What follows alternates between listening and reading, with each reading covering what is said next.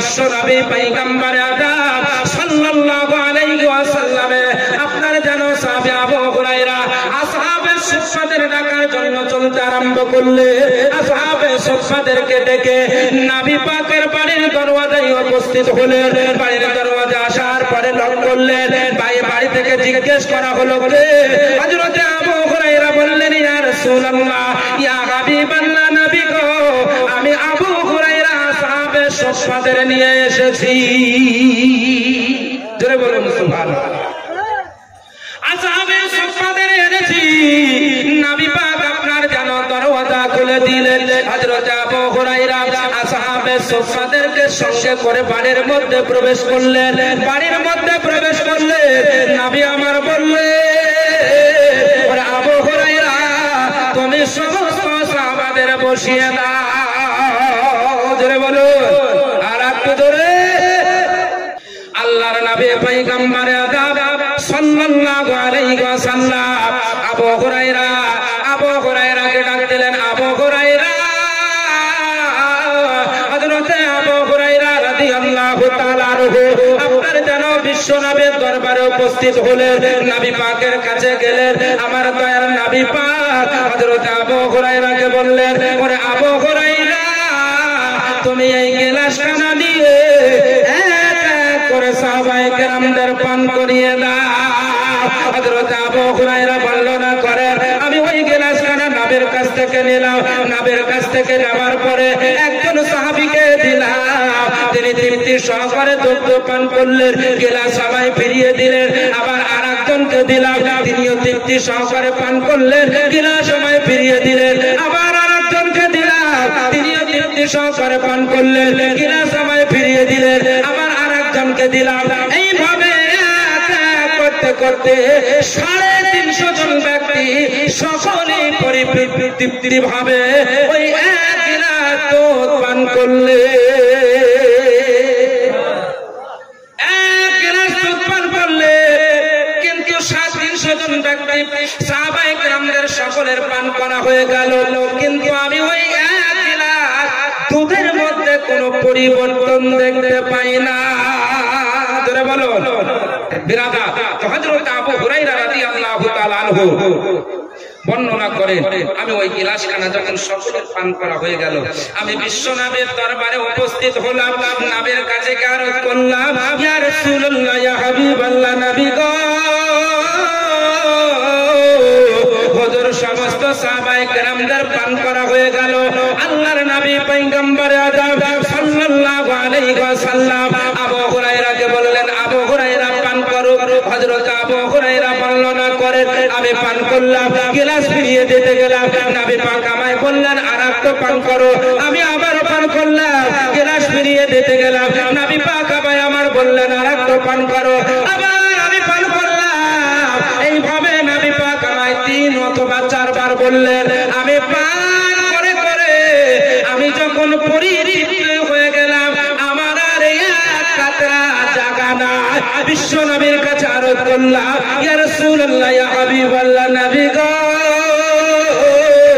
আমি আর এক কাতরা পান করতে পারবো না। তোরে তিনার ধারণা কিন্তু নবী পাক অন্তরের খবর দাতা। নবী পাক আবু হুরায়রাকে এমন ভাবে পান করালেন এমন ভাবে পান করিয়ে দিলেন আবু হুরায়রা বলেন আমার আর পান করার ক্ষমতা নাই। আমি এই গিলাসখানা নবী পাককে দিয়ে দিলাম। আল্লাহর নবী পয়গম্বর আদম সাল্লাল্লাহু আলাইহি ওয়াসাল্লাম ওই গিলাসখানা নিয়ে যে দুধ বাকি ছিল নবী পাক সেটা পান করলেন। জোরে বলুন আর একটু জোরে। এখান থেকে কয়েকটা শিক্ষা পাওয়া যায়। প্রথম শিক্ষা হচ্ছে আমরা ভাবি যে ছোট যদি পান করে তাহলে বড় আর ওই গ্লাস থেকে পান করতে পাবে না, ফেলে দেয় আপনি ছোট পান করেছে।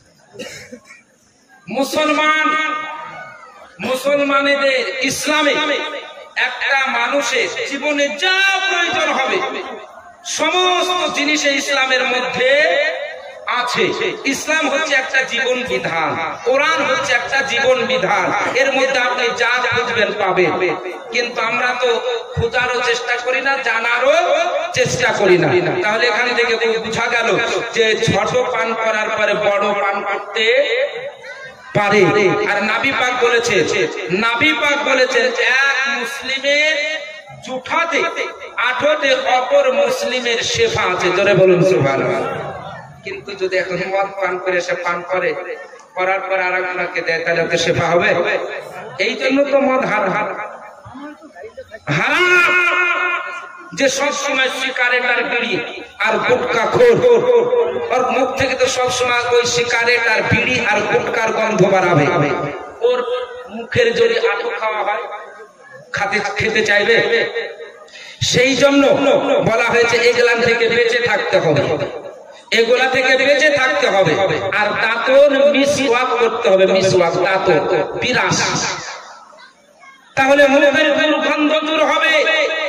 আপনি যখন মসজিদে নামাজ পড়ার জন্য যাবে, জীবনে কোনোদিন বিড়ি খাই তো দাঁত বাঁধে না। একটা ভালো মানুষের পাশে গিয়ে জুমার দিন দাঁড়িয়েছে, দুই পাশে তারা বিড়ি খায় না, বিড়ি পান করে না, গুটকাও খায় না। আর এই দুইজন ব্যক্তি ছটফট করছে, কখন এর পাশ থেকে হইবে? এই ছটফট করছে নামাজের মধ্যে, তো নামাজ হবে? নামাজ হবে? ওর ব্রেন কোথায় আছে? ওর ব্রেন আছে ওর গন্ধের দিকে। এই গন্ধ কখন দূর হবে? আমি বাঁচবো, তাহলে নামাজ গেল। সেই জন্য ইসলামের মধ্যে বলা হয়েছে দাঁতন করা নবীর সুন্নাত। তাহলে দাঁতন যদি আপনি দাঁত যদি পরিষ্কার করে, তাহলে আপনার পাশে মানুষ দাঁড়াতে পারবে।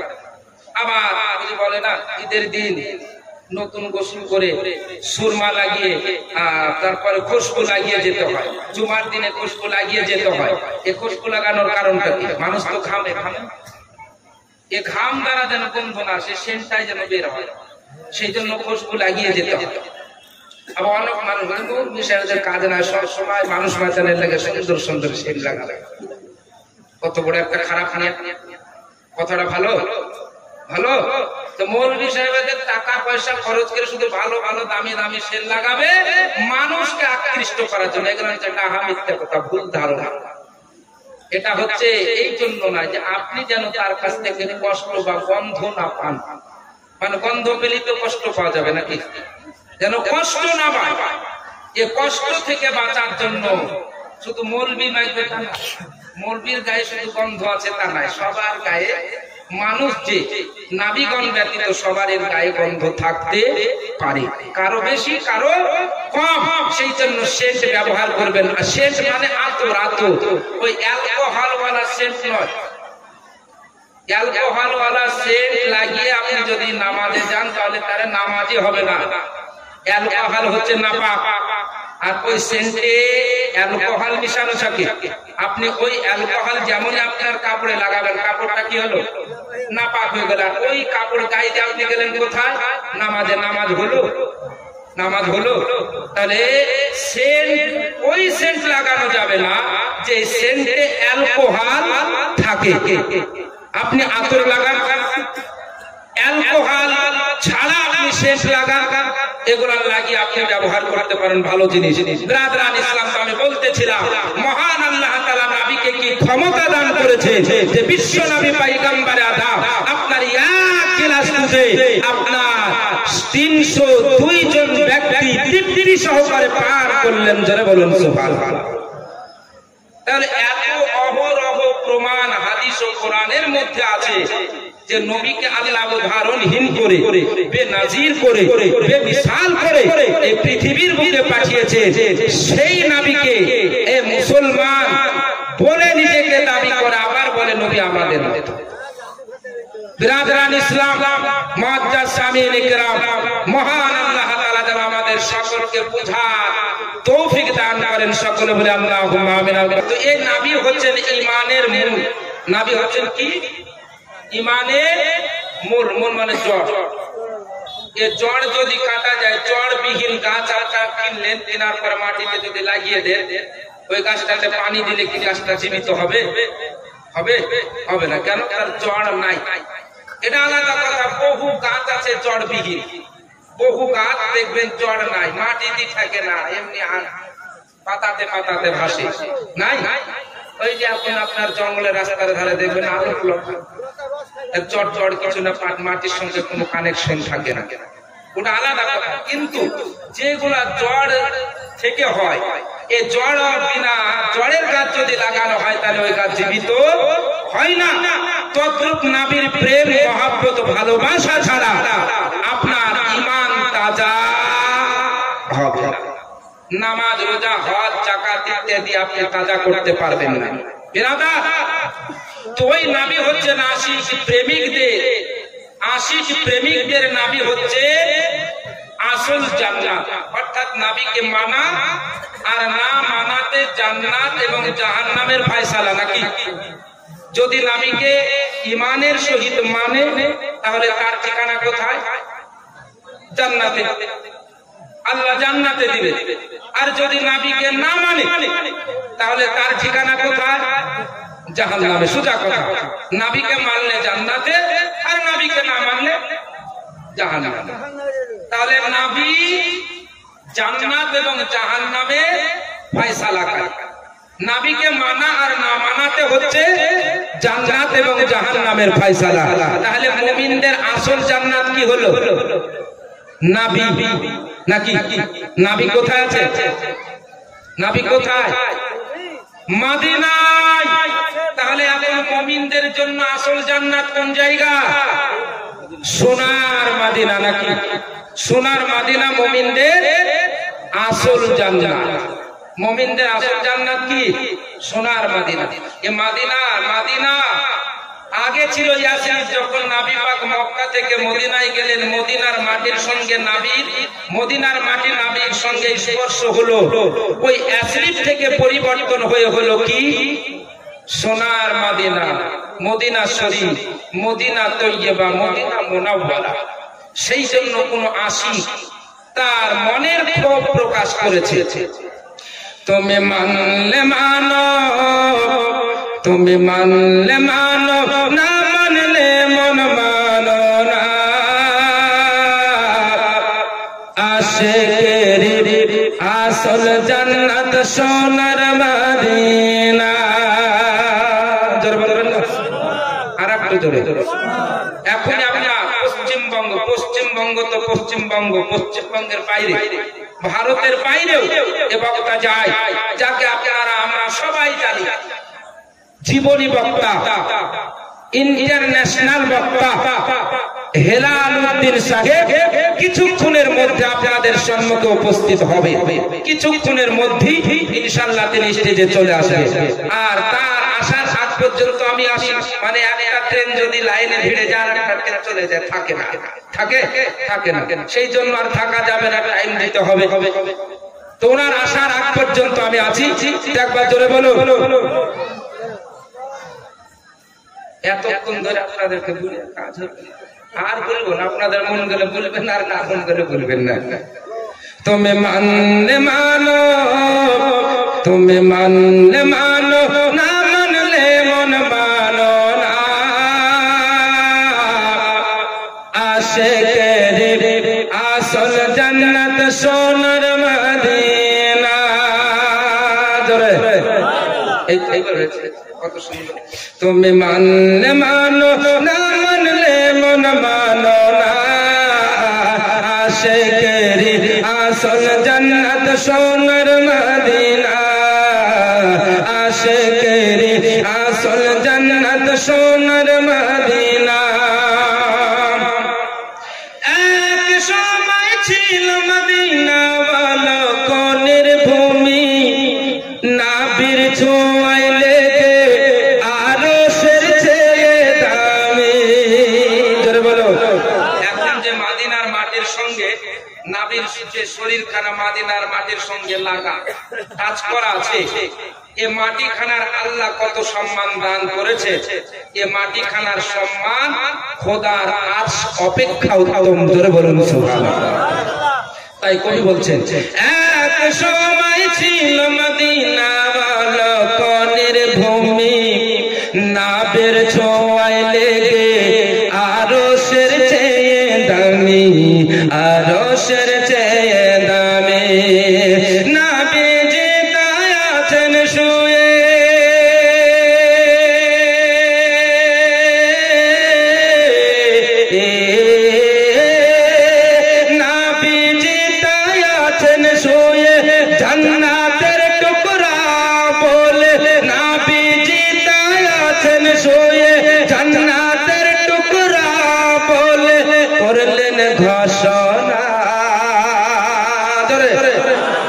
আশিকেরি আসল জান্নাত সোনার মদিনা আশিকেরি আসল জান্নাত সোনার মদিনা তুমি মানলে মানো না মানলে মন মানো না আশিকেরি আসল জান্নাত সোনার মদিনা আশিকেরি আসল জান্নাত সোনার মদিনা আশিকেরি দয়ে যত ইশকেরি জ্বালা দূর করিতে পারে ওই মদিনাওয়ালা জোরে বলো আশিকেরি দয়ে যত ইশকেরি জ্বালা দূর করিতে পারে ওই মদিনাওয়ালা ওই মদিনাওয়ালা তাই মদিনা মদিনা বলে